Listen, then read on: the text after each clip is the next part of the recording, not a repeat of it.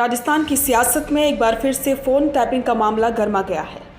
पूर्व मुख्यमंत्री अशोक गहलोत और उनके पूर्व विशेषाधिकारी लोकेश शर्मा की बातचीत का एक ऑडियो सामने आया। नए ऑडियो में बातचीत से साफ होता है कि गहलोत ने पायलट खेमे के टेलीफोन टेप करवाए थे। उस समय टेप किए गए ऑडियो लोकेश ने ही मीडिया को सार्वजनिक किए थे। उस समय भी भाजपा नेताओं ने अशोक गहलोत पर टेलीफोन टेप करवाने का आरोप लगाया था। अब राजस्थान के पूर्व मुख्यमंत्री अशोक गहलोत के नए वायरल ऑडियो से प्रदेश में सियासी पारा चढ़ गया है। भाजपा ने पूर्व सीएम पर निशाना साधा और कहा कि गहलोत ने अपने ही मंत्रियों के फोन टेप करवाए थे।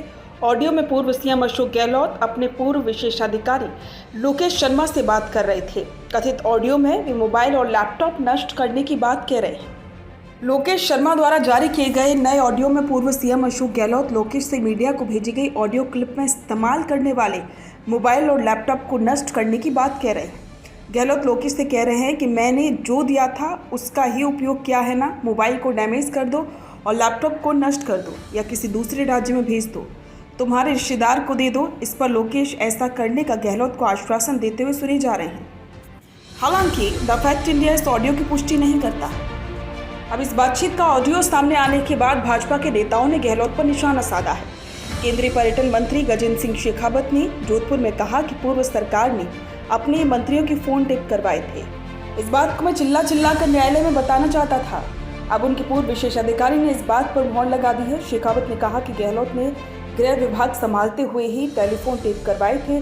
फोन टेपिंग को पेन ड्राइव में डालकर उसे उजागर किया। लोगों के सामने वो ऑडियो भी आ चुका है। ऑडियो जो फिर आया है फोन टैपिंग से जुड़ा, उसको लेकर कुछ देखिए, उस ऑडियो के बाद में मुझे लगता है कि जो बातें मैं चीख करके आपके माध्यम से सरकार को सुनाना चाहता था, जो बातें मैं न्यायालय को सुनाना चाहता था, वो सारी बातें अब तो उस ऑडियो के साथ में स्वतः स्पष्ट हो गई है कि किस तरह से पूर्ववर्ती सरकार अपनी हिलती हुई कुर्सी को बचाने के लिए किस तरह से अपने ही मंत्रियों के, अपने ही लोगों के, दूसरी पार्टी के नेताओं के लोगों के फोन टेप कर रहे थे। और फोन टैपिंग जो अपराध है, और उसके साथ साथ में जिस शपथ को लेकर के मुख्यमंत्री की कुर्सी पर निवर्तमान मुख्यमंत्री जी आसीन हुए थे, उस शपथ का अनादर करते हुए उन्होंने जो कुछ भी उनके संज्ञान में गोपनीय तरीके से लाया गया था मुख्यमंत्री और गृह मंत्री होने के नाते, उसको खुद एक ऑडियो टेप के माध्यम से एक पेन ड्राइव देकर के खुद जो है उसको उजागर करने, उसको लीक करने का काम किया था। मुझे लगता है कि अब तो सब कुछ स्पष्ट हो गया है, और क्योंकि वाद न्यायालय में लंबित है, इसलिए अब फैसला न्यायालय को करना है। लेकिन सब कुछ राजस्थान की जनता के सामने पूर्णतः स्पष्ट हो गया।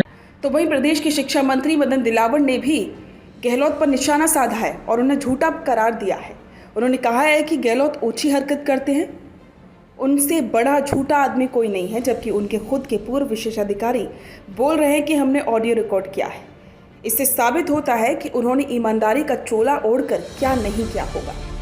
जैसा कि आप सभी जानते हैं कि फोन टेपिंग का मामला बहुत ही लंबे समय से चला आ रहा है। गहलोत सरकार में काफ़ी चर्चित रहा था। इसके बाद में अब भजनलाल सरकार में भी ये फोन टेपिंग का मामला चर्चा में चल रहा है। अब देखना होगा कि क्या ये ऑडियो सामने आने के बाद पूर्व मुख्यमंत्री अशोक गहलोत की मुश्किलें बढ़ेंगी।